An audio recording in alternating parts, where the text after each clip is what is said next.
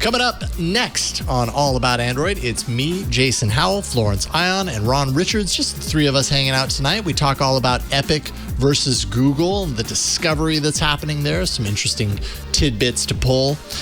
Controlling Android with your face. Pixel 5a is reportedly overheating, and then I tested it, and actually it does overheat when you record in certain video modes. We talk all about Ron's tablet journey, lots of emails there, and actually just lots of emails in general, and so much more coming up next on All About Android. Podcasts you love. From people you trust. This is Twit. This episode of All About Android is brought to you by Udacity. Gain in-demand tech skills in as little as 3 months with Udacity's part-time online tech courses. Visit udacity.com/twit and get 75% off any program with code TWIT75. Limited time offer. Hello and welcome to All About Android, episode 539, recorded on Tuesday, August 24th, 2021, your weekly source for the latest news, hardware, and apps for the Android faithful. I'm Jason Howell. And I'm Ron Richards. But I'm Florence Ion from my new computer. You got a brand spanking new computer. That's awesome. Yes. That has not been problematic in any way, shape, or form tonight. Not at all. Not at all. Everything's Totally. just been peachy over here. Totally works. No challenges, no first time. No. You know, when you set up a computer, usually this happens. When you set up a computer, you think you've covered all the bases, and then you realize there's that one thing that isn't working or that you didn't set up or whatever. That hasn't happened at all with your new computer. Right. No, what Flo doesn't realize is that on her new brand spanking new laptop, there's actually a Burke setting that she had left unchecked. And if she had just checked the Burke setting, everything would have been fine. Had Woody gone to the police, this would never have happened. This is why everybody needs to tune in to the pre-show of All About Android, because what you're getting is the tail end of the scuffle between Ron and Burke that just took place right before we started recording. So Fisticuffs. I love saying Burke it here so for it much. to be on the record. There are some pre-shows that we share in our Twit Plus feed for Club Twit members, and some pre-shows that we don't. No, it really wasn't that scandalous. It really wasn't. We've had much worse scuffles. Yes. But we got all of our technology working. That's really, at the end of the day, what it's all about. Before we move on, I know I'm going to get like an email or two from someone who's like, okay, you mentioned that Flo got a new computer, but you didn't mention what it is. I need to know. What is it, Flo? Oh, it's a Dell XPS 15. It's not like super flashy or anything. But it does the trick for a podcast and for the work that you've been doing, because you upgraded from a computer that was really slowing you down before, right? Was that a Chromebook before? That was not a Chromebook. I had that Windows PC. I bought it in 2015. It's so old. It had a optical drive when I bought it, which I swapped out to put a hard drive in so I could add extra space. It was just like a Frankenstein computer, and I really, I haven't like fully put it out to pasture yet, so I have to do my own, like, goodbye, thank you for being in my life and helping me make money, when I was freelancing. But it was time to upgrade to something, I don't know. And I also was like trying to will the world back. Maybe if I buy this new computer before I really need it, then I mean, I didn't need it, but that is some fuzzy that is some fuzzy logic right there. If I've done retail therapy quite a bit in my career, and I don't think I've ever thought that if I buy this one piece of electronics, the world will get back to normal. So. It's expecting a lot, but your world might. Yeah, I have. Yeah. I will do anything. So I bought a new computer, but honestly, I'm very happy to have a new computer. So I just want to thank the powers that be that made this happen. It is a great day when we upgrade our computers and get a new one, and everything feels all nice and new and fast and all that stuff. So congratulations. When I tell You're in the people honeymoon phase. that I was working with a 7-year-old laptop, people are like, but you're like a tech person. Yeah. Well, that's like when I revealed that my tablet was running Android 7. That's true. Yeah, that's totally it. We're just like everybody else. Yep, we I are. should also mention that downstairs, so let's see here. I think I found. No, I didn't find the receipt for it. Downstairs, my actual computer. So I've got my work laptop, which is like a 2019 MacBook Pro, right? Loaner from Twit, basically. Do most of my work on it. My computer is a 2007 Mac Pro downstairs. Wow. Wait, so Jason, I'm sorry. Wait, was that the 2007 Mac Pro? So is that the one that's running diesel still? Or? Cheese grater. It's a cheese grater. Yeah, it's one of the earlier cheese grater models. What? Yes. Yeah. Wow. 2007? Do you know how much security has changed since then? Honestly, like it's my music computer, right? Like it's when I'm going to create music, it's what's running Pro Tools and everything that I have on it. But I mean, even for that, it's starting to become really underpowered and very outdated software wise. Oh, like in 2021 honestly, I hardly use it right starting. now. No. It's been there. I use it for one thing, right? Like I've got an old version of Pro Tools installed on it, and it's set up to It's work not fine connected for to the that internet, thing. right? I mean, it is, but I don't ever turn it on Okay, well that helps. That's better actually. Yeah. Because I'm not writing an album right now. If I was, it would be a different story. But I think I'm realizing right now I really need to upgrade that thing, and I don't know what I'm going to upgrade to or when. But anywho, Just get an iPad. No, Just get an that's iPad not going to work Pro. for me.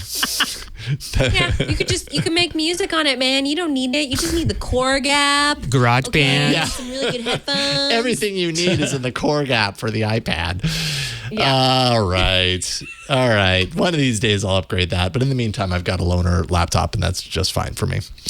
Enough about computers. This is not This Week in Computer Hardware. No. This is all about Android. So what we're going to do is we're going to talk all about Android, starting with the news right now. Redacted on Android News. Ooh. Wow.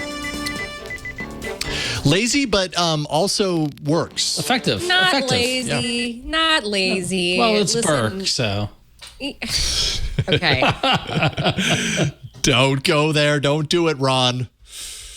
All right, Flo, you got Burke the was first just quoting the documents that have been spilled as a part of this Epic versus Google trial that's been in court now for some time. We're starting to finally get a look at what's been going on in the courts, what's been going on behind the scenes, and what Epic is truly accusing Google of. And it is not pretty, folks. So sit down for this one. We're going to go through it. So first up, actually, this came as kind of the second batch of revelations. The first batch of revelation was that apparently Google also doesn't think side loading is the best experience on Android. So that was the first major revelation to come out of this court case. But the next big that's also revelation- the most obvious thing that can come out of anything is of course side loading isn't the best experience. I'm sorry, that was just super obvious. Yeah, but I think the reason that came out is because they were using that as an argument for why Epic should not put, its Fortnite game in its own little side-loading app store situation. It should go through the Play Store because that would be the best situation. Well, Google has other ways too that it likes to compete. It pays device manufacturers to play nice. So LG, Motorola, and HMD Global, which is behind Nokia, they're part of what was revealed to be called the Premier Device Program. Now, these Premier devices, they're basically mandated to make Google services the defaults for all key functions, quote unquote. That comes directly from the document, which, by the way, the PDF is fully hosted on my article on gizmodo.com. If anybody wants to go read through, I think it's 70 pages, something long. It's long.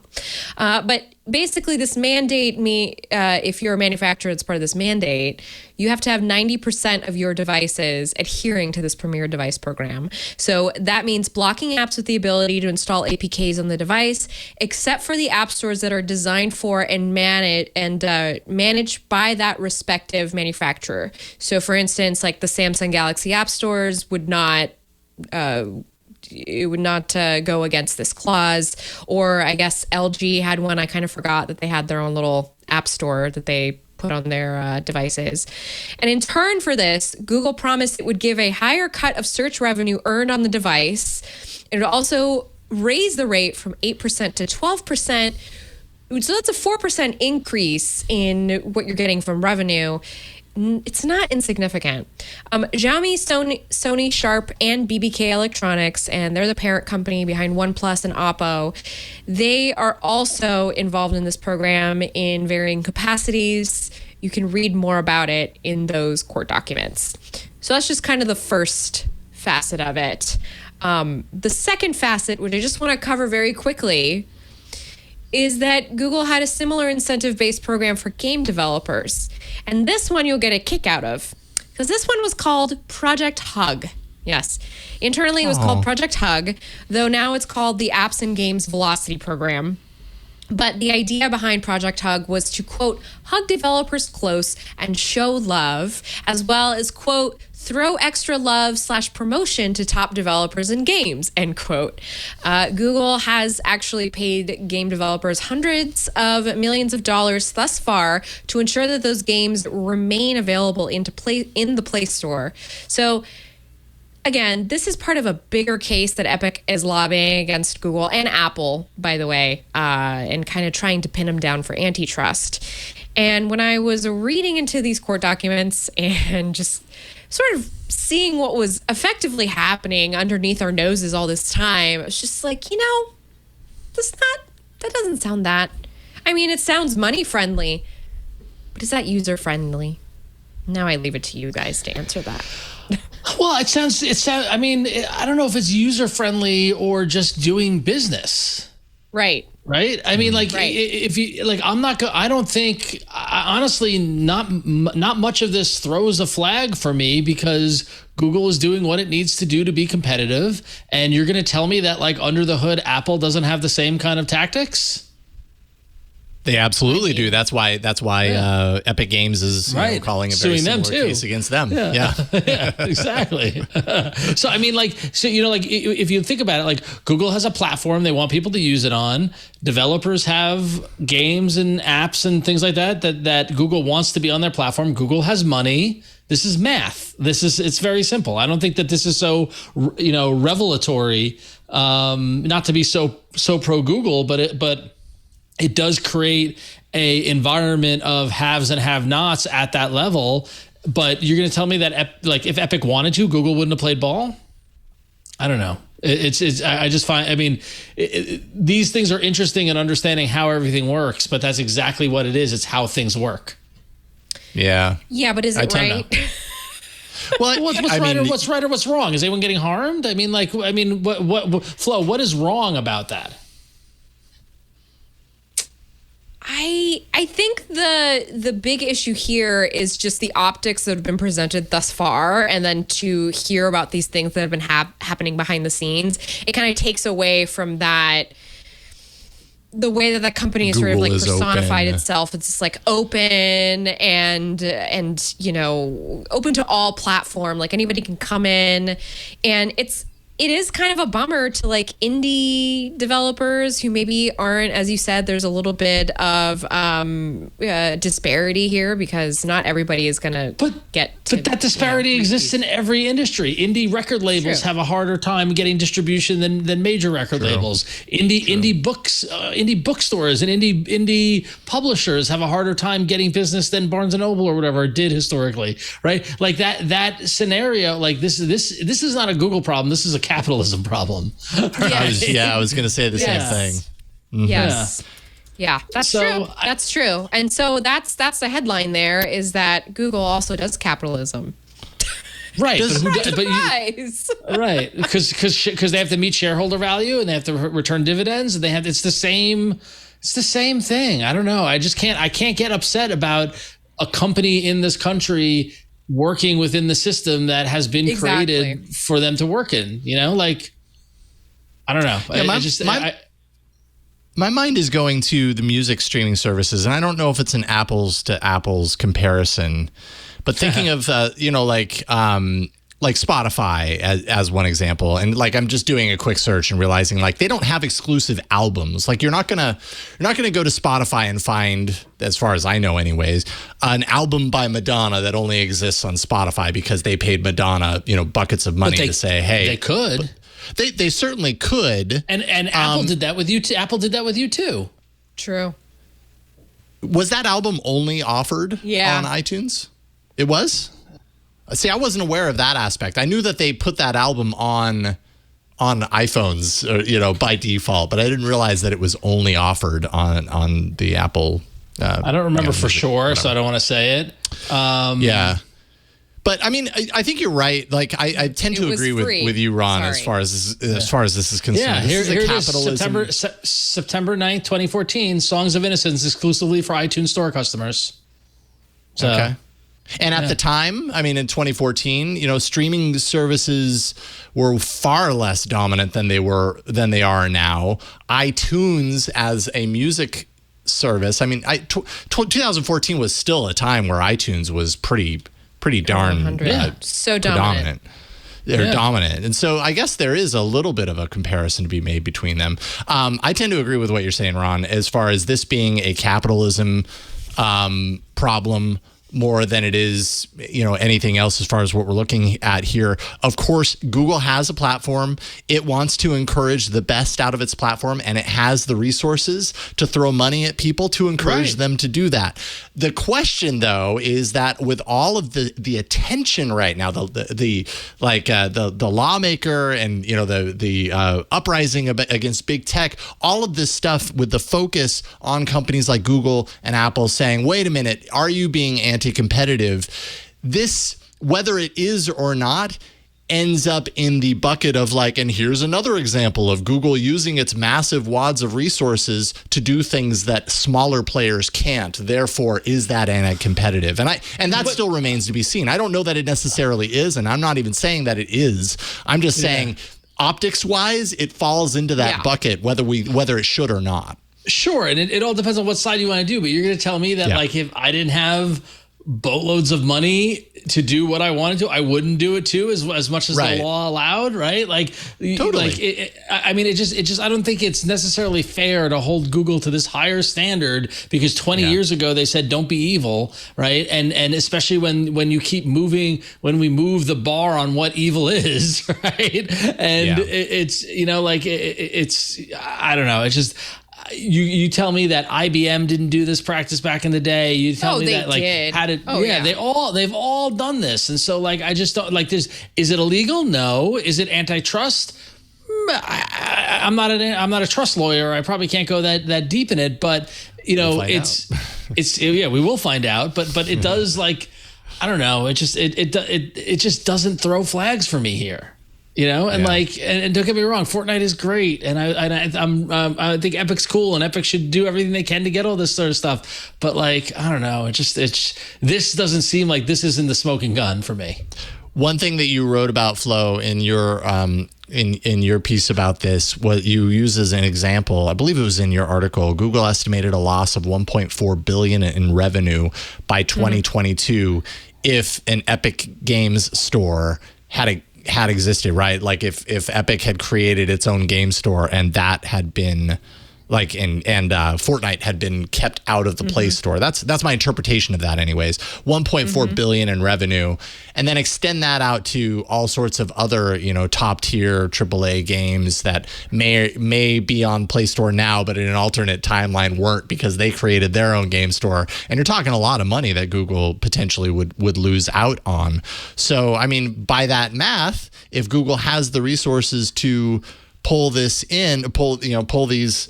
developers and these game houses and whatever into the fold so that they're benefiting off of it. And I'm sure, the game houses benefit from the extra exposure and all that. Great.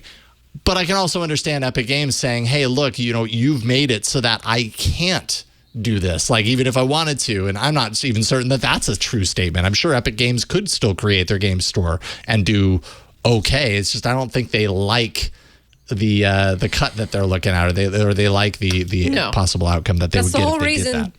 That's the whole reason they're going through this huge like antitrust tirade right now. Did you guys see what else had come out of this? So in the original, I think it was in the report related to how Google had said sideloading is blah, blah, blah, whatever experience.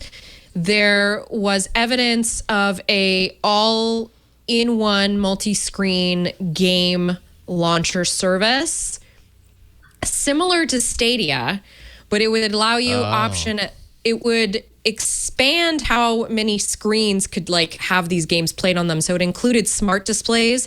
And the idea was that this is still an idea actually, because it said that these are future plans, that there's a game controller. So the Stadia game controller would effectively unlock this game experience across different like Google LED screens. And so it's imagine that coupled with the sort of exclusivity and why that freaks out a company like Epic Games and why they're making such a big like if they can't be on this, to put it bluntly. Yeah. I mean, the funny thing is, I don't know if it's funny, but the thing that stands out to me is a company like Epic Games is probably going to be on something like that. Like their games are, you know what I mean? Like if Google really wants AAA titles, it wouldn't be a matter of Epic Games not being presented on that device. I think where the potential fall down on that might be is, I guess, the more indie developers who are unestablished. And there it's like, okay, yeah, well, but at the same time, like you got to build up that reputation. I'm totally going train of thought here. You got to build up that reputation in order to play in the big leagues, as it were. But at the same time, again, if these kind of platforms are so focused on the AAA titles, it makes it impossible or very difficult for the indie developers to make their way up and get there anyways. So, I guess that's all of this anti-competitive stuff is all wrapped up into this. It's kind of confusing to me, but it is. I don't know. It is just it's kind of how it works, at least in the U.S. How the cookie crumbles. How the cookie crumbles. Sure. It makes me think a little bit just about how many different ways there are to download and get games on the PC. So you can go through Steam, you can go through GOG, you can go through the Epic Games installer. They'll give you like free games and stuff. And I have a feeling a lot of the games industry is trying to keep that situation happening on mobile. They wanted to kind of transfer that to mobile because, that, as Ron said, that would make Epic Games the most money in the long run to have their own suite of games that they can offer people. And their own. It's all about money, babies. Offer it up. It's all about money, sweeties. That's it. That's the episode. I mean, is that shocking? And all about money. It's not Android shocking. Is all about money. But we got to remind people, shake you out of it. It's not just about the cute gadgets. It's about the money. It's an industry. It's an industry. Yeah, exactly. It's about the money. Yeah. So I don't know. I just thought, anyway. Wow, we ran long with that. Should we move on? Yeah, rants on capitalism really takes some time to just. Well, I mean, you gotta grab hold of that opportunity to rant on capitalism when you can. Those opportunities don't come up nearly enough. Well, to counterbalance any sort of concerns about Google being antitrust or anything, a good way to balance that out is to see what they're doing for accessibility. And in Android 12, we're going to have a new accessibility feature, which I feel like is a rerun. But here we are. It's called Camera Switches, and it's included with the Switch Access Accessibility Service, and it allows you to interact with the operating system and apps with your face. So basically, if you open your mouth, raise your eyebrows, smile, make other facial gestures, each gesture is mapped to a different control, and it uses the front-facing camera to detect those gestures. So this isn't like Face Unlock, which has been, which we've gone several times around the bend with whether or not it works and doesn't work and all stuff like that. This is actually, from an accessibility standpoint. So if for some reason you are unable to use your hands or your voice or for whatever type thing, depending on what level of accessibility you need, if you can flex your face and raise your eyebrows or wink or open your mouth or smile or something like that, you can get the phone to take an action from there, which is, pretty cool from an accessibility standpoint, I gotta say. And if the technology has evolved to a point where it can detect those movements, because we all know it can, because Flo, how many of those filters on Snapchat have you played with that turn you into a lemon? And and then when you open your mouth, confetti comes out, right? So like, if we can do it with that inane stuff, why don't we help some people at the same time? So I agree, and I still do use Snapchat, which is good. I know you do. I keep getting notifications. I do too. Oh, do you really? Yes. I need to turn this off. Oh, yeah. Well, okay. You don't want to hear me talk to myself. That's fine. I think this is a cool feature. Definitely. It is a cool feature. And, I look forward to hearing how it is kind of in the real world. People who are really going to be able to take advantage of this. Yeah. Very neat. All right, so we're going to take a break, and after the break, we got some hardware stuff to talk about, as we usually do. But first, this episode of All About Android is brought to you by Udacity. Udacity is such a cool place to learn. So what it's all about, learning, teaching you the skills that you need to maybe get the next tech job, or learn a new skill so that you can go into a new part of the tech industry, whatever you're looking for. Udacity offers a unique part-time online education program. It's geared for those of you who might be looking to take the tech knowledge that you already have and ramp it up so you get specialized, awesome content along the way. Udacity offers the latest cutting-edge nano-degree programs, many of which you're not going to find anywhere else. So you're going to get AI, deep learning, flying car, autonomous flight engineer, intro to self-driving cars, machine learning engineer, even robotics software engineer. This is just a small sampling. You can go and check it out for yourself. To create the course content, Udacity is actually partnering with leaders in the industry, of course, Google, but also Microsoft, IBM, Amazon's AWS, and more. And they're selecting the team leads from these companies to be the instructors. So these are people who are living and breathing this stuff. People who knows, maybe someday you might be working for these people based on some of the stuff that you started learning with Udacity. And you're going to love the learning process as you go along. Udacity can help you master the latest tech skills and techniques. Courses are actually project-based with active learning that covers cutting-edge technology. It lets you test your knowledge. Homework and projects are actually reviewed by real people, qualified professionals. So you're going to have real human feedback and reviews along the way, with access to mentors at any time, literally 24/7.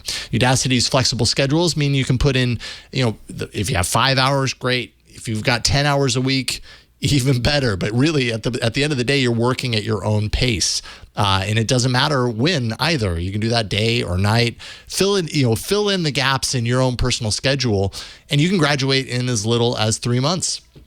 The World Economic Forum estimates that 75 million jobs are going to be replaced by automated processes within the next 3 years. Udacity prepares its students for the jobs of the future. So over 14 million people, more than 240 countries now using Udacity. And you can check out their detailed course listings, some of the courses I talked about earlier, and so many more when you go to udacity.com/twit. Once you enroll as a student in a specific course offering, you're going to be prompted to view the online course. Also complete, a series of projects and support courses. There's flexible payment options. So you got a lot of flexibility there. You can learn at your own pace and schedule. And it's even more flexible because there are actually courses that are completely free at Udacity. So you can check it out for yourself and, kind of dip your toes in the water.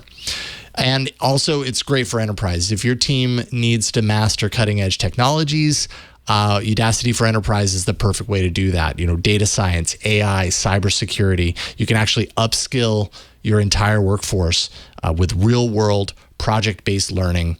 Just go ahead and check out the enterprise section of Udacity's website today to find out more about that. All right, get the in-demand tech skills that you need to advance your career. Visit udacity.com/twit. You'll get 75% off any program. Make sure and use the code TWIT75. This is a limited time offer, so make sure and do that. udacity.com/twit and enter code TWIT75. You can check out Udacity for yourself. You'll get 75% off any program with that code. And we thank Udacity for their support and their awesomeness. All right, it is time for some hot hardware.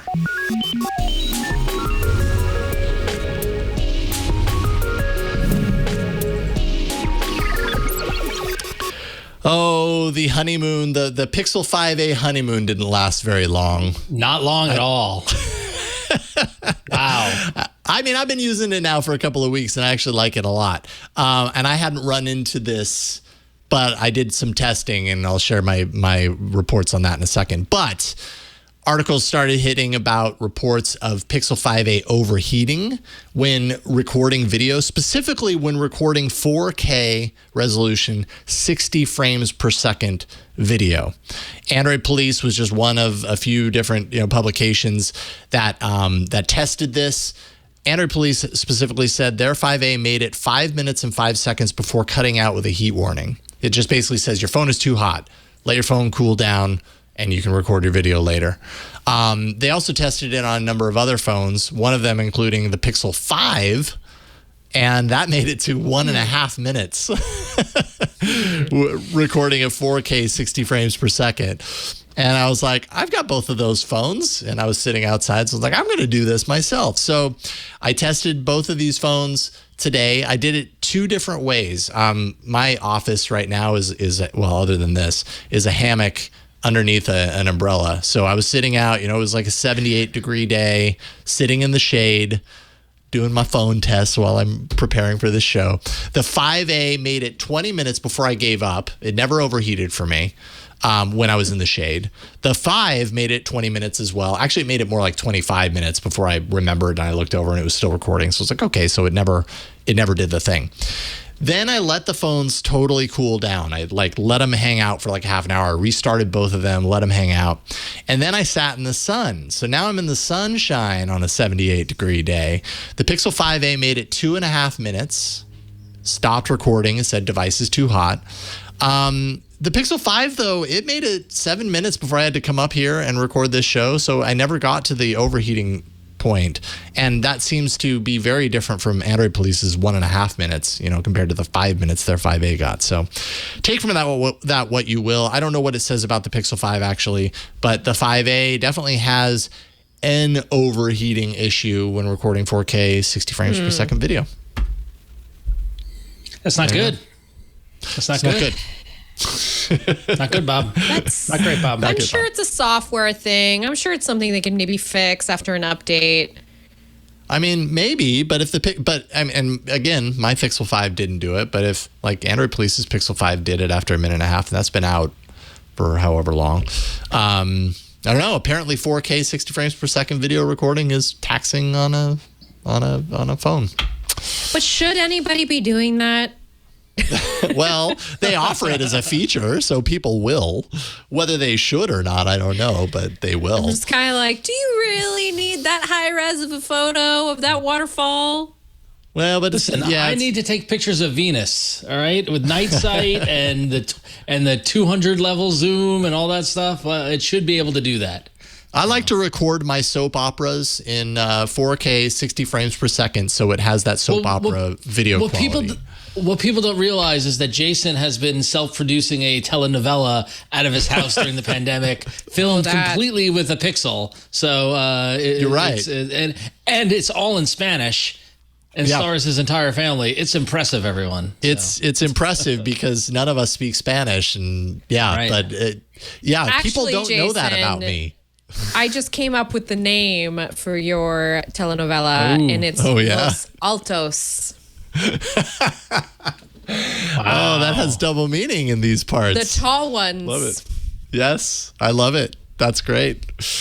Also, we're from onto California. something. Everybody here speaks Spanish, so don't give me But that. Yeah, I mean, yeah, I suppose. Jason, you so. just have to stop using the 5A to record it, though, because you don't want to have to do take after take after take if the phone shuts down from overheating. So Yeah, especially the actors I have. They're one take people. You know, they get right, it and right. you want to the first capture the time. I don't magic. wanna- You want wanna capture you want to magic. capture the magic 100%.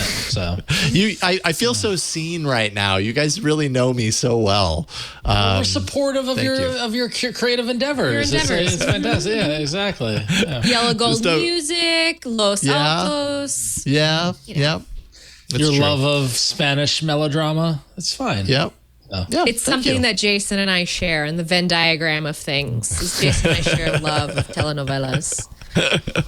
I should note this has nothing to do with telenovelas, but the Pixel 5 is discontinued at this point. So if you were that was thinking quick. about That getting a felt- Pixel feel like 5, that was fast too, right? well, I mean, when was it announced? Last October, I'm guessing. So 10 months. And they just came out with the 5A. That was a little fast, Jason. That's a little fast. October 29th, 2020, it was announced. Well, I It mean, wasn't here's what I'm even time thinking. for the Pixel 5 to move out its boxes from their shared space together, okay? I mean, there's very little that's different between the 5A 5G and the Pixel 5. So I think I'm guessing Google's like, well, or maybe they just want to move on from the 5 and they're like, Yeah, I was going to say, I think they just want to to. move on from the 5 because there's a difference between the 5A and the 5. Someone terms should keep track of the phones that got discontinued within a year. Like it's like the opposite of the Hall of Fame. Like the ones that truly Right. the LG swappable one that didn't last long. Like short-lived Android phones. That's what I want. So The 4A 5G was released November 5th, so it's even younger than the Pixel 5. Jeez. Wow. And it's also discontinued as of same time. So yeah, Google is right on the precipice of all this change when it comes to their OS and when it comes to their hardware efforts. So they're just kind of like, all right, let's get the 5A out. People, we've got this on order and people are expecting it. Let's just get that out. And then it's all attention on the 6 and all of this change. Yeah. So Which is that's going what to, you have look the forward to. 6 and all this change, like everything that we Yeah. are going to be That we're all faced looking with, forward the to. changes we have to accept, the black bars for the cameras and you still don't like that design, do you? You just can't sit. Just not sitting well with you, is it? I can tell. it's not sitting well at all with me. No.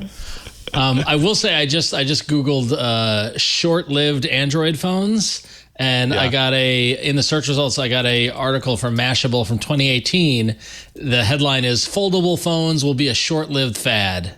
2018. That did not age well, Mashable, unfortunately. So No, this is just the beginning, folks. Like with the rumors about manufacturers contracting Samsung's foldable display panels. Like it's just an inevitability before, it's an offering alongside everything else. Yeah. Yeah. All right, Ron, you got the next one. This is well, perfect who for you. knew that the wireless Android Auto dongle would be such a hot beat to get on? But here I am adding it to the list of my coverage map. Yep. Because guess what? There's another Android Auto dongle on the crowdsource market. So it's called Carsifi, Carsifi, and it's available on Kickstarter. And it's pretty much the same as AA Wireless. The only difference is that the hardware dongle is a bit smaller and includes an LED status light, which I feel like AA Wireless has an LED status light as well. Does it? So that's not much of a, yeah, it does. That's much of a differentiator. But what it does have is a magic button to toggle between two smartphones, which is pretty cool. And it supports Android 6 and what is that? 6 to 8 in experimental mode as well. Yeah, 6 to 8 in experimental mode as well. and estimates shipping in November. But with the chip shortage, it's safe to say that it's probably going to ship much later. But AA Wireless had some of its shipping problems as well, as many of us who were on that through Indiegogo knew. I know the shipments were delayed. This isn't about getting something tomorrow. This is about getting on board with something early. So go to Kickstarter, get involved in it if you want to go with the Carsifi. But it's pretty neat. I think the switching between two phones is cool. If there are multiple people in your car with multiple Android phones, it's something that AA Wireless doesn't have. That's a little differentiator. But nothing like wireless Android Auto. That's pretty cool. So yeah, and that was a problem that I remember when we were talking about it. People had questions. I can't remember if it was in the chat room or if someone emailed in saying, "Hey, this is really great." I think it was an emailer. Said this is really great, but there's two of us. Like, what can we do? And I don't know. There might be an update in the future, or you can get this. So if there's any indicator of how popular these are, Burke, I don't know if you can click on the link to the Kickstarter page, but they had a $10,000 goal, and they're currently at $335,000 raised with over 3,600 backers, with 37 days still to go. So hey, you can still get in on this. I might have to. Yeah, and basically for $89 is the lowest level to actually get the Carsifi adapter, and you get 2 cables and you get a sticker and all this fun stuff. So it's not a bad deal, and that's still available. I might have to do that. Yeah, there's about 140 of those left. So yeah, that the early bird discount is gone, but lots of options there. Nice. So Not happy about the Android Auto changes coming. Wow. Which changes? Sorry. Which ones are you talking about? We talked about them. They're taking away the car, the car interface. On the phone. Yeah, and they officially did that now. I didn't put that news in here, but they have officially removed that support. So now it's kind of like all you get on the phone is the assistant driving mode, and it's just not the same. Not the same. It's not the same. You know what's not the same is the charging technology that we use to charge our phones. In fact, It's getting better. It's getting so good that everybody now is trying to compete with the Apple MagSafe wireless capabilities, because we knew that once Apple was going to do that, well, that's it. Everybody needed to move faster. So first ones to move fast is Oppo. They're one of the first ones to move fast, I should say. They confirmed that they're working on a MagSafe rival at the Smart China Expo 2021. The MagSafe rival is called MagVOOC. I tried really hard to find out what this meant in the allotted time I had to put together the news piece for Gizmodo. I still have not figured out what it means. I'm hoping to understand what the abbreviation is for, but that's MagVOOC, VOOC, maybe, if you want to think about it that way. Anyway, it was teased. It charges phones much faster than Apple's MagSafe. So we're talking 20 watts in Oppo's camp compared to Apple's, which is 15 watts. So it's like just a little bit faster. And you know how those numbers are for marketing purposes. They also announced some accessories that will be available with this charging tech whenever it gets announced, because we don't really have a time frame for that. There's a slim portable charger that snaps onto the back of the phone, and it adheres very strongly with a magnetic alignment system, quote unquote. There's also another little portable power brick. It's about 4,000 milliamps, and that is the one that has really fast 20-watt charging abilities for the Oppo Mag version of the MagSafe. There's also a vertical charging stand, which, surprise, surprise, because Oppo and OnePlus are both under the BBK group, it looks a lot like the charger that OnePlus offers now, but it's not a 50 watt, it's only a max 40 watt charging speed. There was also an over-the-air charging tech that was shown off. It shows a few inches of proximity charging 7.5 watts. And this was mentioned along with some of Oppo's in-car infotainment capabilities, some of the features they're working on. So I imagine that this is something they would, kind of sell to a car OEM and say, look at this thing that you can do. You just tell people to put, a phone down in this little tray and it'll charge it. So that's all, by the way, my own editorializing. There's no Oppo did not say they're going to do any of that. I'm just imagining it. But yeah, that sounds cool though. That seems like the right application for one of those over the air charging technologies. If we can't have like all of the walls in a room just magically sending out charge into the middle of the room and anything inside of the room gets charged up, I don't know that we want that. I'm not saying that we necessarily do, but because I don't know how safe that is or whatever. I literally don't know. But if we can't have that, then at least we can have wireless charging in the car. I think that would be pretty sweet. Because, actually tying back to the Android Auto wireless, like a lot of people, I've seen online are complaining about the fact that like, yeah, but I still have to plug it in to charge. And I'm like, yeah, well, duh, of course you do. But maybe you wouldn't have to. That would be an alternative. That'd be neat. I think I remember GM did I think it was GM. They did like a little cubby that you could put the phone in and it would charge via Qi. So I imagine it'd be something like this. But that's all to say, sometimes I look at these news pieces and I'm like, ugh, who cares? But then when I really think about it, we don't have this in Android quite yet. Samsung has been doing a lot of things with its battery packs. Like even the Z Flip has 3 different modes of charging and sharing its battery charge. So it's nice. It'll be nice. I mean, and I think we talked about this the last time. Is the cool thing about this that it snaps into place? Because yes, like we already 100%. have wireless. That's the cool thing. That's why 100%. It's neat is that it snaps into place. That's what Apple does. That's how you know it's working. Yeah. Okay. It's feedback. Because I mean, it's I don't know where the thing is. I don't have it. Also, I think this one is supposed to like really clomp onto the back the similar way that the MagSafe one does, because the MagSafe one is just this like very overly designed pack that sticks to the back of the iPhone. So I imagine this is like a similar situation. But again, it's kind of hard to tell because nobody's seen. I mean, a couple people saw this in person, but there's only so much detail that we can glean, from animated images and things the like. I'm looking in my space to try and find a charger for.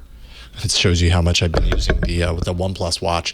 But I mean, but my point being that wearables kind of do this. The OnePlus watch has a charger and it's a wireless charging puck and it snaps into place.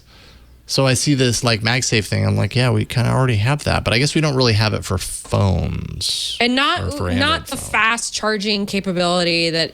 Yeah. I just read this as a race for Apple, and also I think Oppo is maybe trying to show off its sibling because Realme has some fast charging capabilities coming through the pipeline. Yeah. I don't know. Yeah. Okay. So coming up next, we've got not one, but 2 mega email blocks. Mega emails. Mega email block part 1. This one is sort of themed because we got a good amount of email from you folks in response to kind of the last couple of episodes. We talked about tablets and Ron's tablet journey. Ron, you have your tablet that's going out to pasture. Maybe you'll time to say goodbye. Maybe you'll do an office space with it and take the No. It's gonna go live in a farm upstate. Okay. But yeah, no, I'm overwhelmed by the response of it. Was just a little throwaway mention last week too. It wasn't even, we didn't go deep on it. I was intending for us to go deep on a tablet discussion, and you all just stepped up to the plate, which is amazing. And that's why we love you all about Android community.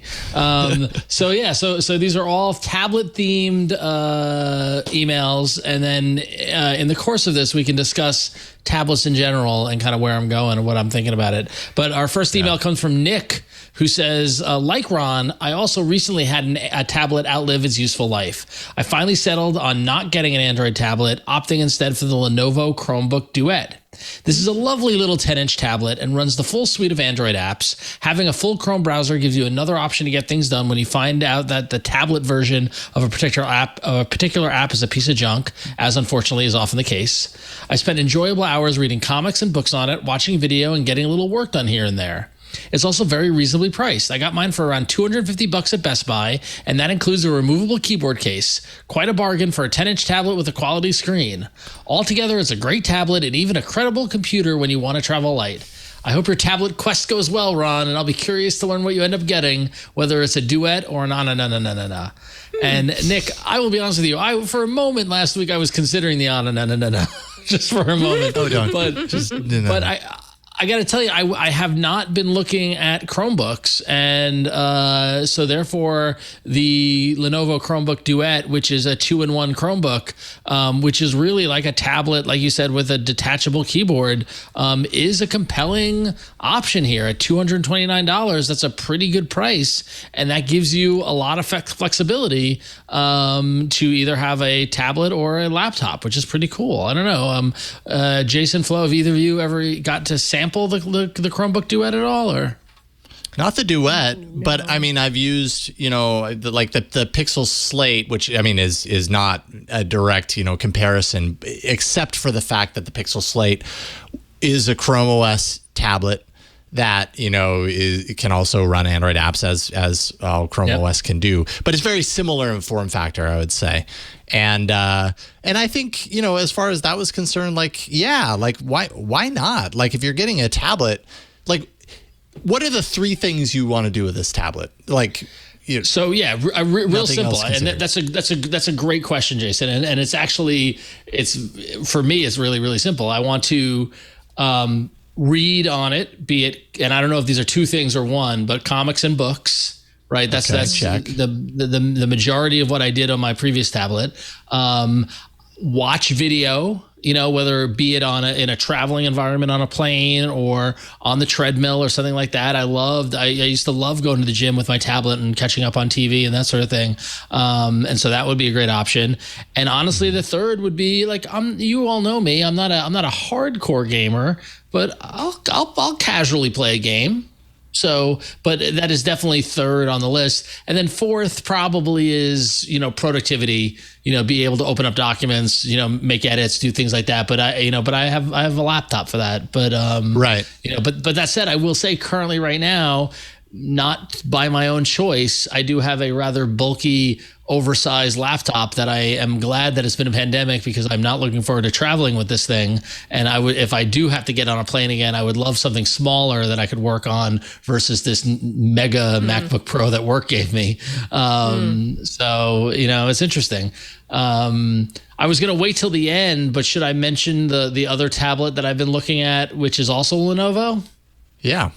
Yes. I've been looking at the Lenovo Tab P11 Pro, right? Which is, I'm sorry, I'm putting the cart before the horse. Going back to the Chromebook Duet, which, I'm sorry, Burke, I'm going to throw, there's a link. Oh yeah, we have it in here, but looking at the Chromebook Duet. So it's a 10.1 inch FHD screen. It's got 4 gig of RAM, a 4 gig of memory, a 64 gig hard drive. It's running Chrome OS, right? The latest Chrome OS, so that's not too bad.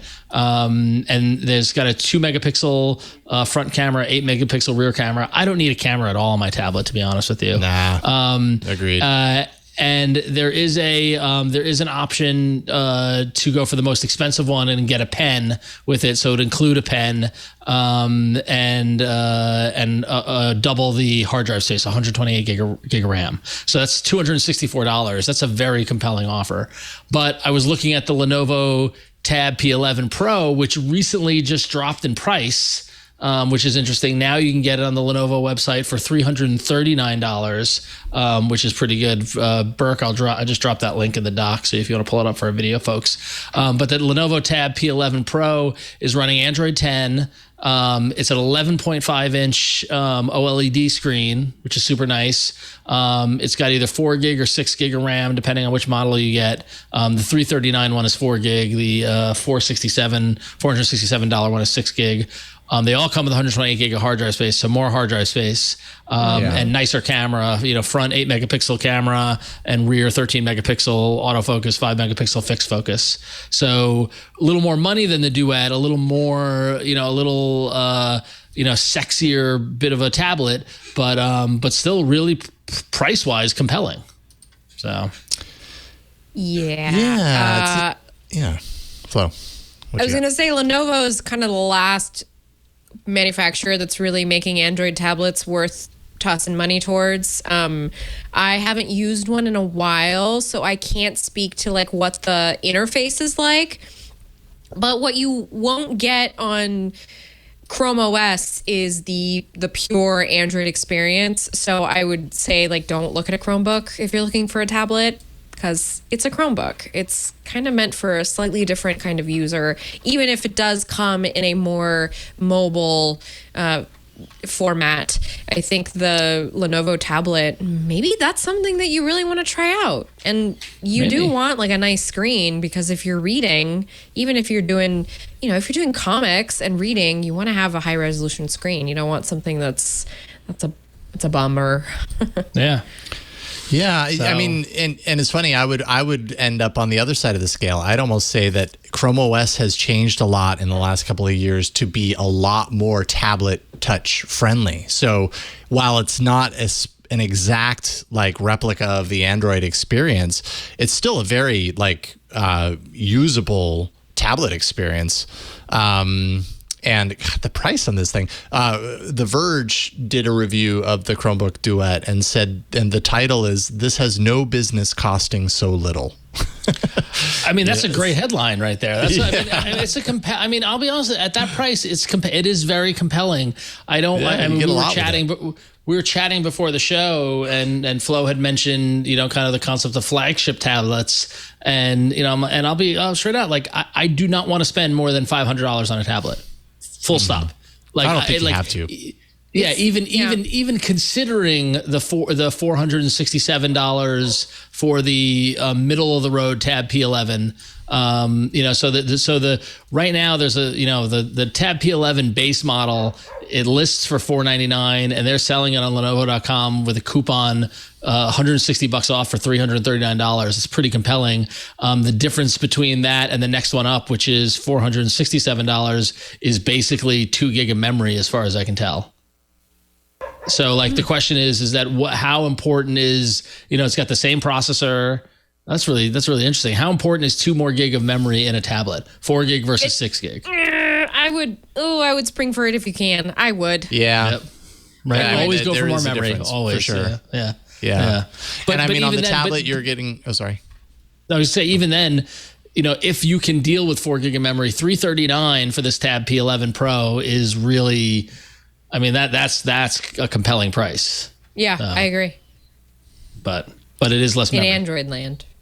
Yeah. So well, now $339, right? 4 gigs of memory. If you go 6 gigs of memory, you're talking $467. So you're pushing up about $500. Yeah. Yeah. So interesting. I mean, between the two, it seems like Lenovo is the resounding like, this is what I'm looking at. But interesting stuff.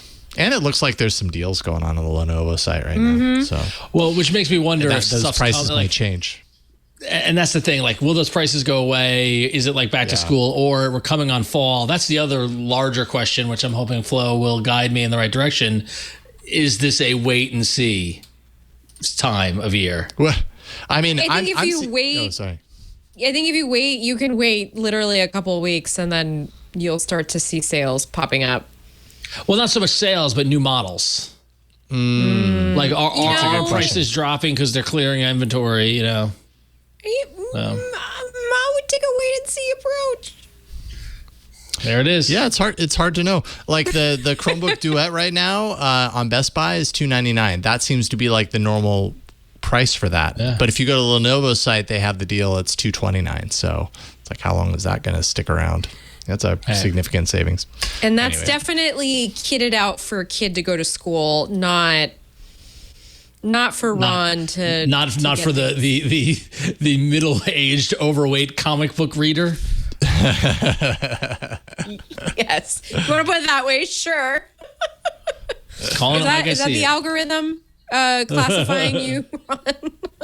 Yeah. Awesome. Cool stuff. Thank you for sending in that email, Nick. It really got us talking. But we have more about tablets. This email is from somebody you may have heard on this show once or twice, friend of the show, Adam Dowd.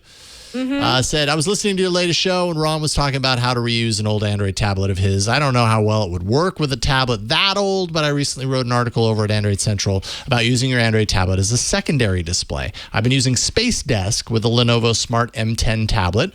It's a couple of years old. It's pretty baller. Don't get me wrong. It's not a replacement for a second monitor. I actually use it as a sort of placeholder for whatever media I want to listen to while I'm working. So it could drop a Netflix window in there or a YouTube music window, something like that. In theory, I could use it as a second work monitor in a pinch, but it's a bit small for that. But it's perfect for throwing a window there and hitting play and forgetting. Performance is fine. I notice very little stutter or lag when using it. And as a bonus, the touch screen still works, so I can just use my finger to play, pause, all that stuff. And before you ask, yes, I could just load the Netflix app on the YouTube Music app or the YouTube Music app from the tablet directly without the rigmarole.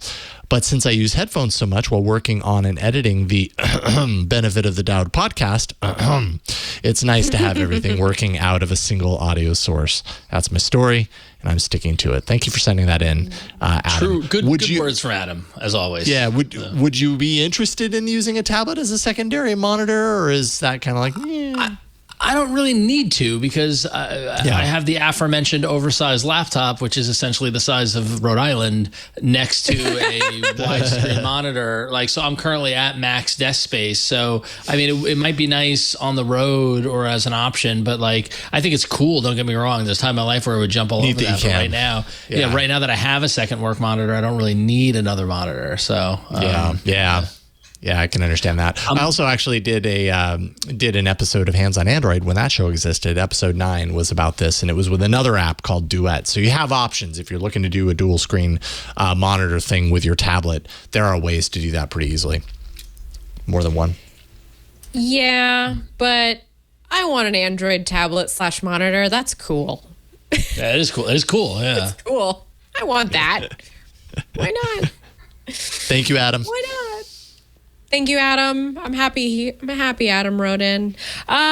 We've got another email, actually, and this one comes from Keith Stewart. I have multiple older tablets in my house as my wife worked in the education technical area during the tablet boom.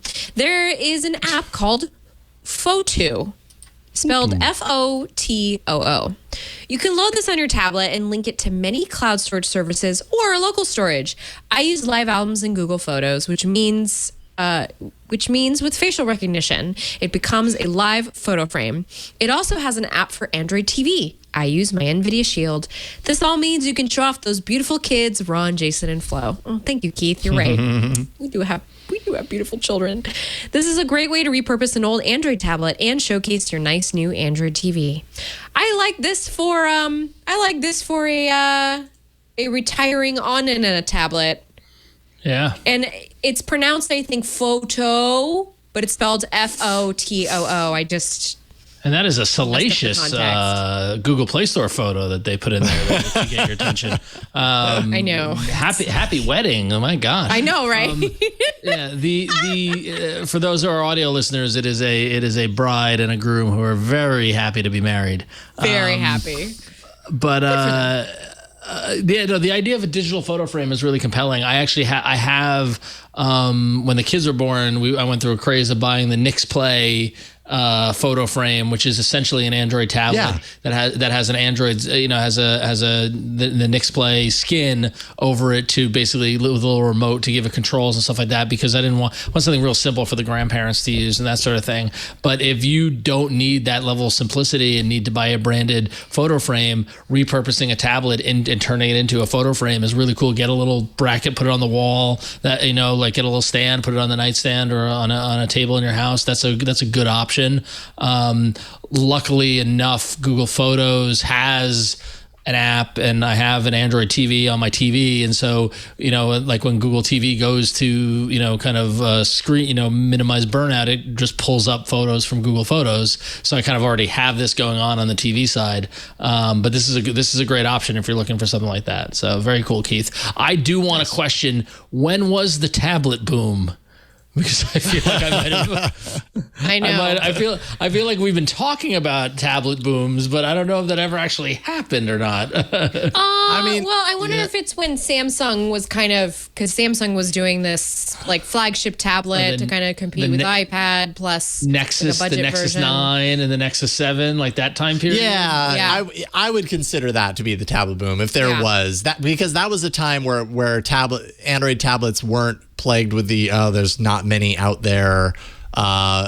Everyone hadn't already made up their mind that like Android tablets, they might have thought that Android tablets weren't like as good at doing the tablet as like the iPad was, but they didn't know that was going to be like the way that it always was. So and I just went to Google and I just Googled when was the tablet boom. And I have some interesting results because in 2014, November 25th, 2014, I have a Computer World article headline, "The tablet boom is over." Oh boy. So, but then in 2018 on the website Bazinga, Benzinga, it says tablet. This is November 15th, 2018. Tablet boom fades as smartphones, sleek laptops take over. So interestingly enough, and then also here in Forbes in 2011 said why there is no tablet boom. Oh God, that's funny. But then in April 2021, PC Mag says new Apple iPads lead tablet sales boom during pandemic. So what's going on? Are we in another boom? Here we go again. So based on the criteria I gave you, Jason, of reading, watching media, and playing light games, I mean, Flo, Jason, like, you know, aside from the Lenovo two options, are there if you had to suggest me to buy a tablet, which one would you suggest? Putting you on the spot.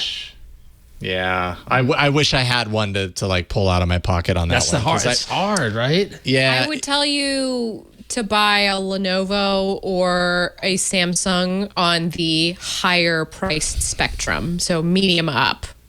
Interesting. Mm-hmm. And I don't want to spend that much money. And go by the specs. Like, don't choose a MediaTek. Not because there's anything wrong with MediaTek, but, you know, for what a kid is using for everyday schooling, it's very different than, you know, maybe loading like a 25 chapter graphic novel, let's say. Right. All right. Interesting. So what's funny is that I've done a lot of searching, you know, best tablets 2021, all stuff like that, and all of these lists are there's 9 million Samsung tablet variations, right? Yes. And they all seem overpriced. Then you've got, depends on what website you're looking at. If it's like an Android one, you won't get this, but like other kind of cross tech ones, they all recommend the iPad Pro and all that sort of stuff, which I get and I understand. Then you get inundated with all the Amazon Fire tablets, right? And like that's yeah, exactly. Oh God, don't do that. Yeah. You know, but then it seems like right now I feel like Lenovo feels good to me. So I might pull the trigger on this P11 Pro. I don't know. I'm thinking about it. So we'll see. Yeah, I'm trying to remember. My daughters have Samsung. God, the tablets were probably like $300. So they're, I mean, ish, you know, right in that price range. I'm trying to figure out which ones they have right now, and they're fine for them. You know, they're gaming on them. They're playing Roblox on them, which Roblox is actually pretty intensive. And you know, they're not perfect. If you have a really high quality, fast tablet, Roblox is super smooth, and on theirs sometimes I see a little bit of that jumpiness. But you're not playing Roblox, I don't think. Are you playing Roblox, Ron? Are you on Roblox? What's your Roblox username? I've never played Roblox. I doubted that you'd had.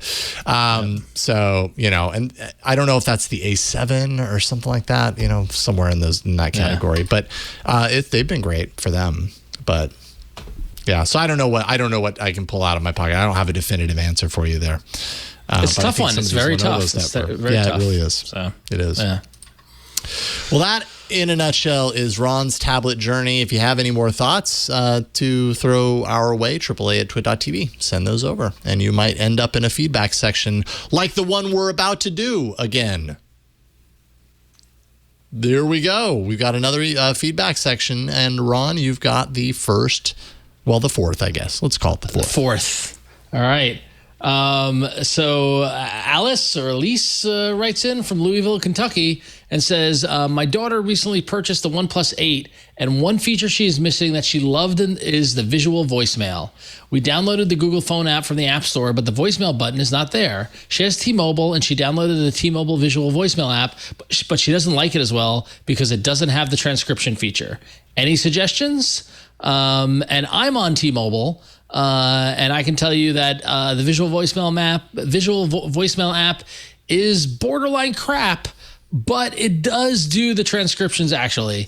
If you go in the settings, you find and select the voicemail to text, and once you activate it, if it still doesn't transcribe, call T-Mobile support, as they might have ways to make it work according to some of the forums and discussions that we found. I have found that T-Mobile might charge extra for using it. I've run into that too over the years for using the transcription service. That might be a blocker there. But yeah, I used to love the visual voicemail app from T-Mobile. It was great. It was such a go-to. And then I switched phones so many times and it just kind of dropped off my radar. And then I just stopped checking voicemail. So that's also an option. Well, and it's integrated like on the Pixel phone, the Google Dialer has that transcription built into it, and it's powered by Google's transcription prowess, which is pretty good as far as transcription is concerned. It's a bummer that, and the OnePlus 8 was, I think, the first OnePlus, if I remember correctly, that ships with Google's dialer instead of OnePlus's dialer, right? But for whatever reason, that dialer doesn't include the transcription as part of the deal, which is lame. Frustrating. What about live transcribe? Well, no, because you're still, I guess that works if what she wants is to play a voicemail but not have to listen to it, because the information, the voicemail has to feed into live transcribe in order for it to transcribe. The beauty of a visual voicemail app is that you don't have to listen to anything. You just look at it and it's there as if someone sent you a text message, True. I see what you mean. Yeah. So I don't know if that's nuances, y'all. Nuances. Yep. But it sounds like you got to check those settings and see if that works. So, thank you, Elise. This next listener feedback, reader feedback, whatever you call it, comes from Tom. Whoever you are. Yes, whatever medium you're using, comes from Tom in Colorado. And Tom writes, it's hard to imagine why Google took away the free photo backup perk for Pixel phone owners. That was the thing that kept me buying Pixel phones. In a way, it's a relief. Now it can explore options like OnePlus, etc.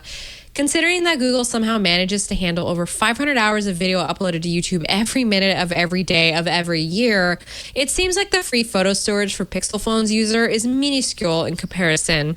I wonder who the marketing genius was that took away the incentive to buy Pixels. Oh. Wow. I have a feeling that marketing genius might have seen the bill for the servers that are constantly churning the petabytes of data in the middle of the desert from people accessing their potentially photo storage. I don't know if that's really what it's like, but I imagine that's... Looking at the bill. Somebody just got a really big bill and was like, we can't do this anymore. We got to stop giving them this stuff. I, random person, after looking at this bill, have decided we aren't going to do this anymore. We can't do this anymore, guys. It costs a lot of money. Not only that, but all the air conditioning to pay for these servers in the middle of the desert. Have you seen this bill? Oh my gosh. I mean, it's reminding me of the iJustine bill from like the bill that made her famous. When the iPhone first came out, and it was like people were confronted with the idea that now we have to pay for like cellular bandwidth. So, I don't even remember that.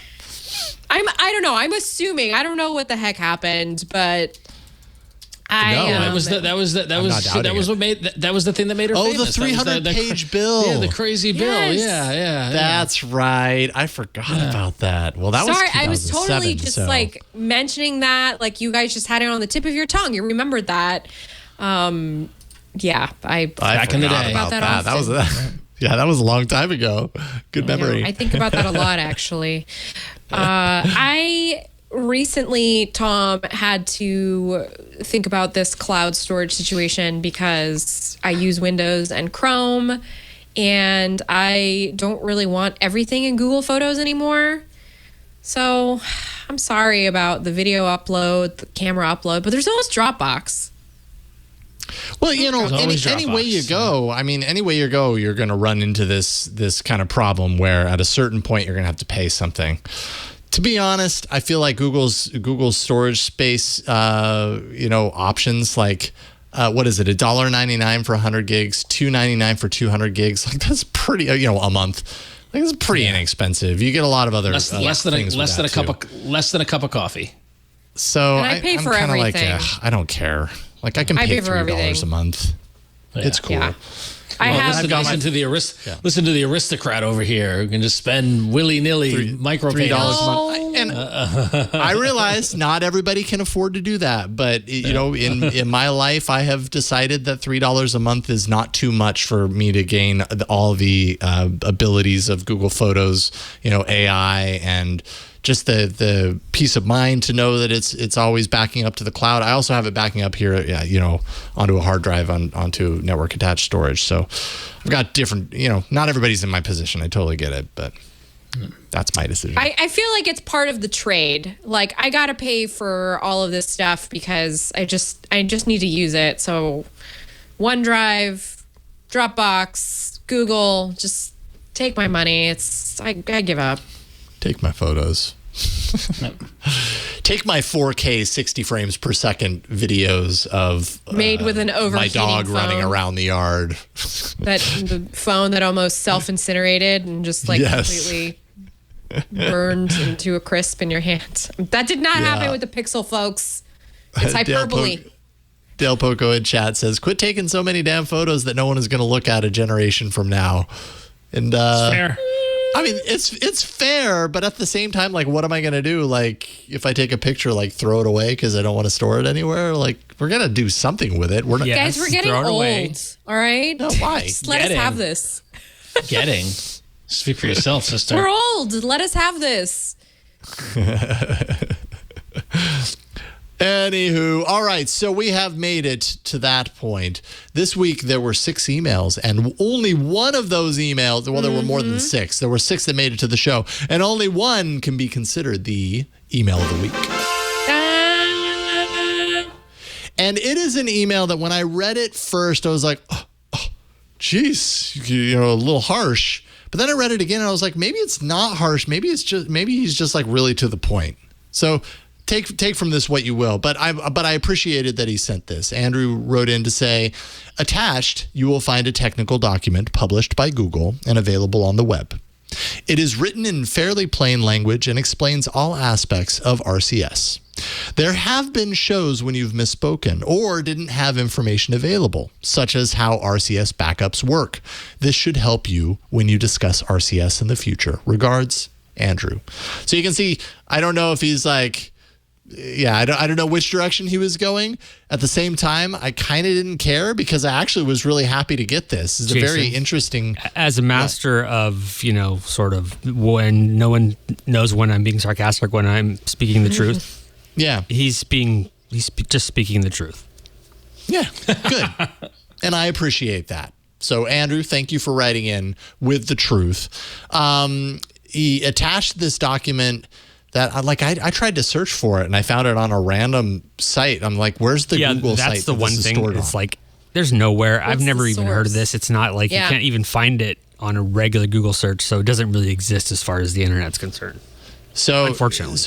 Yeah, somehow Andrew found it. I don't know how he found it. But anyways, on page, and it appears to be a PDF from Google, a technical document that kind of details Android messages and end-to-end encryption, published November 2020, so last year. And on page 11, and you can find it or not, it doesn't matter, Burke, but on page 11 is a section called Android Messages Database. And I'll just read this because I think it answers some questions that we've been asking. It says, as part of an open interoperable ecosystem, SMS and RCS messages are stored in Android's local on-device messages database to allow seamless integration with companion applications such as reading messages aloud in your car or sending messages from your home device or watch.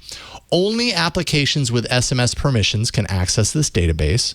Users can manage SMS permissions from the Android settings. We know that. And this was the part that I was happy to read. Messages also uses this central database to include SMS and RCS messages in Android system backup. So messages transfer to a new client or device. This is the first time that I've read in as plain words as possible that Android Messages does in fact back up RCS. Anytime I looked for it, like I'd find little mentions of it here and there. I'm like, all right, but what's the source? Like, where can I like look at a thing that Google said, yes, it does this, and this is the thing. So I'm happy to read that. And Andrew, I appreciate you finding that and sending it in. I think that's helpful. So now we can say it definitively, Android Messages backs up RCS messages. I think we can say that definitively, but then at the same time, I know that I've seen experiences where certain messages didn't back up, and I don't understand why. So there's still that uncertainty. But Google says it should happen, and it's supposed to happen, and that's what we got here. So Andrew, thank you for sending that in, and thank you, and congratulations for being the email of the week. Wow. There we go. And with that, we have reached the end of this episode of All About Android. Much fun was had. And we only had one Burke-Ron fight, and that was pre-show, so you didn't even have to see that. Yeah. So yeah, good on you. I mean, what everyone doesn't realize is that Burke is the reason why I show up every week. He had me. He had me right here. they actually really, really love each other. So yeah, it's tough love. It is. Flo, let's start with you. What you want to talk about? What you got going on? Listen, I want to point you guys to the review I did of the Nest doorbell, the battery-powered one. It's at gizmodo.com. It went up today. I also reviewed the Z Flip 3 officially last week for gizmodo.com, but that's old news at this point. So just go check out, I guess, both of the reviews, but also if you have any questions about the other Nest camera, that review will come soon. I'm currently working on that one right now. So gonna do a little long testing with that one. Sweet. So yeah. Everybody check that out. Make sure you follow Flo's work at gizmodo.com. Please. We had a lot of your stories in the rundown tonight. It's awesome. Thank you, Flo. What about you, Ron? You. Not much to report here, my friends. Just go over to Twitter and Instagram and follow me. I'm at RonXO there, and you can go check out Scorebit in the Google Play Store. It's a mobile app that lets you track your pinball scores. We're getting very close. I think next week we're going to be releasing some very cool stuff for those who play pinball. So go check out Scorebit in the Google Play Store, and I thank you in advance. So Yeah, Scorebit's awesome. Everybody go check it out. Play some pinball when you can. And thank you, Ron. Appreciate it. Let's see here. Victor is behind the scenes, editing things and making it happen so that you get to listen and watch this show each and every week. So thank you, Victor, for doing that. Also, Burke is behind the scenes, sometimes pushing buttons, sometimes opening the microphone and talking into it. Like right now. Either way, like right there. And when he does that, you can hear me echoing. That's what happens. So Burke, thank you for doing what you do. Victor, thank you for doing what you do. And we couldn't do this show without you guys. You can find me just here on Twit doing shows like Tech News Weekly. Actually, this week I'm going to be filling in for Micah, who is on PTO, vacation, whatever you want to call it. So I'm going to be on Smart Tech Today with Matthew Casanelli. So I'm looking forward to that. awesome. And that'll be a lot of fun. But that's really it. Twit.tv/clubtwit. if you want to check out our ad-free subscription service. I don't need to talk very much about that. It's $7 a month. No ads on the shows. Exclusive Twit Plus podcast feed. Members-only Discord. It's really great. So you got to check it out. twit.tv/clubtwit and have fun with all other Club Twit members. But that is it for this week's episode. We thank you so much for joining us each and every week. We publish this show every Tuesday at twit.tv/AAA. Go there, subscribe, and then you won't have to worry about it. We do all the heavy lifting and deliver the podcast directly to your ears on your smartphone. But that's it for this week. We'll see you next time on another episode of All About Android. Bye.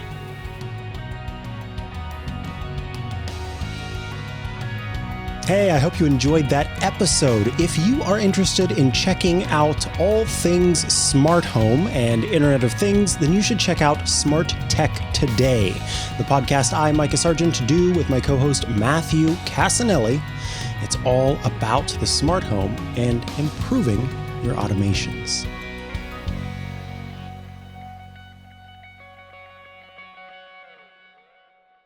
So here's some post-show bonus content. Tell me why I shouldn't just get the Lenovo Tab P11 Pro right now. You should get it. There's no reason. Keep waiting for something There's no else, reason, Ron, but- not to. There's no reason? Not to get it. The P11 Pro right now, I mean, no, I'd say It if should you've have got the Android money 10 set and aside for everything. it. Yeah. Or Android 11. It's got Android 10. I mean, so let's see here. Android a keyboard. P11 Pro review. I haven't looked up to see if there are all the reviews I've said, all other reviews I've seen has said it's great for media, it looks great, sounds great, good battery life. It has some productivity mode that sucked, which I'm not going to use for productivity mode, and that the Snap-on keyboard was clunky and feels like an afterthought. I'm not going to buy it. Okay. Oh, the keyboard. So you're not going to get Then that get keyboard. it. Yeah, Just right. get It it. seems Get like a good yourself- fit. It seems like the just fit. try it, just do it. If right. you have the money and it's not a big deal, and this is something that you were planning on getting, I need a new one. Pull the trigger. Yeah. All right, cool. All right. Flo, you're not sitting on some embargo, about like the magic tablet that's going to change my life is coming out next week, No. right? All I got is a Samsung tablet that needs to be reviewed, but I think that's out of your price range at this point. Yeah, So. I'm anti-Samsung tablet. So, all right, cool. I'm going to do it. Let's do it. Let's see what Pro. happens. Yeah, and I mean, is that on sale also right now? Yeah, it is. Because Yeah, it is. Yeah. the Android Police review was back in April, and they were saying $500. That was when it's they cheaper. did their review. It's already. I can And get it's either. $339 with this coupon. Well, that's with 4 gig. That's what. So I see. Yeah. I see. So the question is 6 gig. Get the 6. Is an additional 2 gig worth $120? Yes. I'd yes, say which so. I- You're going to get more distance out of it that way. Yeah. The thing that's going to happen if you get the 4 gig is you're going to get it, and yes, you're going to save the money up front. But then when you run into those issues where things start slowing down, you're always going to doubt that you chose the 4 gig, and you're going to be like, I should have just. It would have been worth it to pony up because now I'm annoyed. Yeah. You know what I mean? All right. There you go. It's happening. It's all happening. This is happening.